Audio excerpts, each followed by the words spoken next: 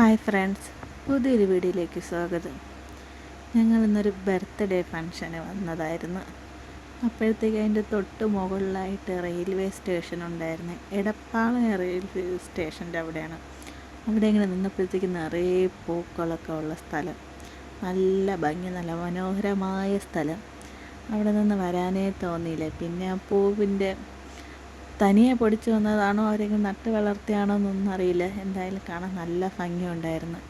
അവിടെ നിന്ന് കുറേ പിന്നെ പൂ വെച്ച് കുറേ ഷോ ഒക്കെ കാണിച്ചിട്ട് നമ്മൾ ആ റെയിൽവേ സ്റ്റേഷൻ്റെ അവിടെ കൂടി നടന്ന് ചുമ്മാ അങ്ങനെ നടക്കാനും നല്ല രസമുണ്ടായിരുന്നു. മോന് ദേവയ്ക്ക് ഒരുപാട് ഇഷ്ടപ്പെട്ടു. അപ്പോൾ നമ്മളവിടെ വെറുതെ ഇങ്ങനെ നിന്ന് കാറ്റ് കൊള്ളുന്ന സമയത്താണ് പെട്ടെന്നൊരു സൗണ്ട് കേട്ടത്.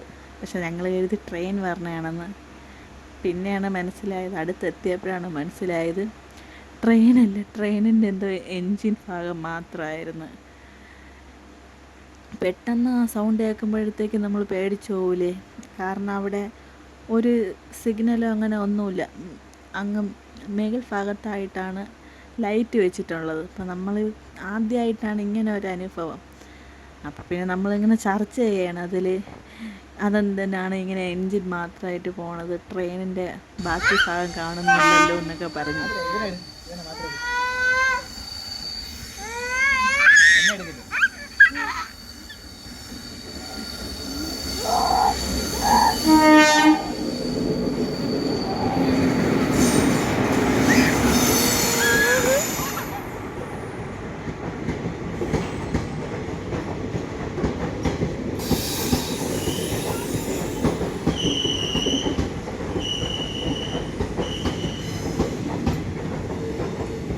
ആ എൻജിൻ പോയി കുറേ സമയം കഴിഞ്ഞപ്പോഴത്തേക്ക് വീണ്ടും ഒരു ട്രെയിൻ വന്ന് ആ ട്രെയിൻ പോയ സമയത്ത് ദേവയുടെ എക്സ്പ്രഷൻ കാണണമായിരുന്നു.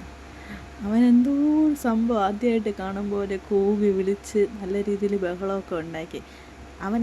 ദേവ ആദ്യമായിട്ടല്ല കേട്ടോ ട്രെയിനിൽ കയറുന്നത്. ഞങ്ങൾ മുൻപ് ഗുരുവായൂർ പോയ സമയത്ത് ട്രെയിനിലായിരുന്നു പോയിട്ടുണ്ടായിരുന്നത്. അകത്തായിരുന്നുകൊണ്ട് അവന് ഈ സൗണ്ടൊന്നും ഇത്ര ഇത് കേൾക്കാൻ പറ്റിയില്ല.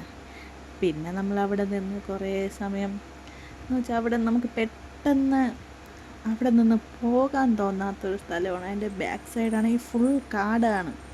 പക്ഷെ അവിടെ നിന്ന് കാണാൻ നല്ല ഭംഗിയാണ്.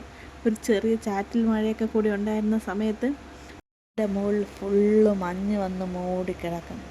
അവിടെ നിന്ന് കാണാനും നല്ല പ്രത്യേക വൈബായിരുന്നു. അവിടെ നിന്ന് സമയം പോയതേ ഞങ്ങൾ അറിഞ്ഞില്ല.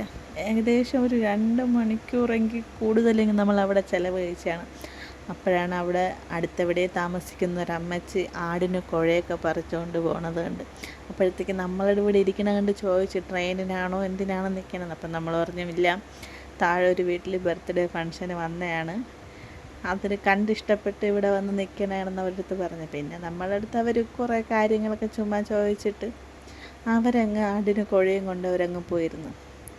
എന്തായാലും നമ്മൾ ചില സ്ഥലങ്ങളിലായിട്ട് വിസിറ്റ് ചെയ്യാൻ പോയില്ലേ, അതിനേക്കാളും ഒരു പ്രത്യേക വൈബായിരുന്നു നമ്മളിവിടെ നിന്നപ്പോഴത്തേക്ക്.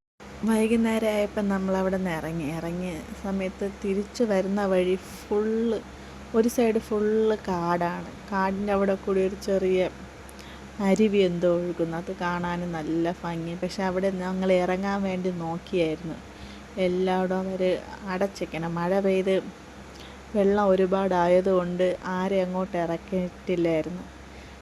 നിങ്ങൾക്ക് ഈ ചാനലൊന്ന് ഇഷ്ടപ്പെട്ട പ്ലീസ് ഒന്ന് എന്നെ സപ്പോർട്ട് ചെയ്ത് സബ്സ്ക്രൈബ് ചെയ്യുക. തൊട്ടടുത്ത ബെല്ലൈക്കനും കൂടി ക്ലിക്ക് ചെയ്താൽ ഞാൻ ഇടുന്ന വീഡിയോയുടെ നോട്ടിഫിക്കേഷൻ നിങ്ങൾക്ക് ലഭിക്കും. പ്ലീസ് ഒന്ന് സബ്സ്ക്രൈബ് ചെയ്യണേ.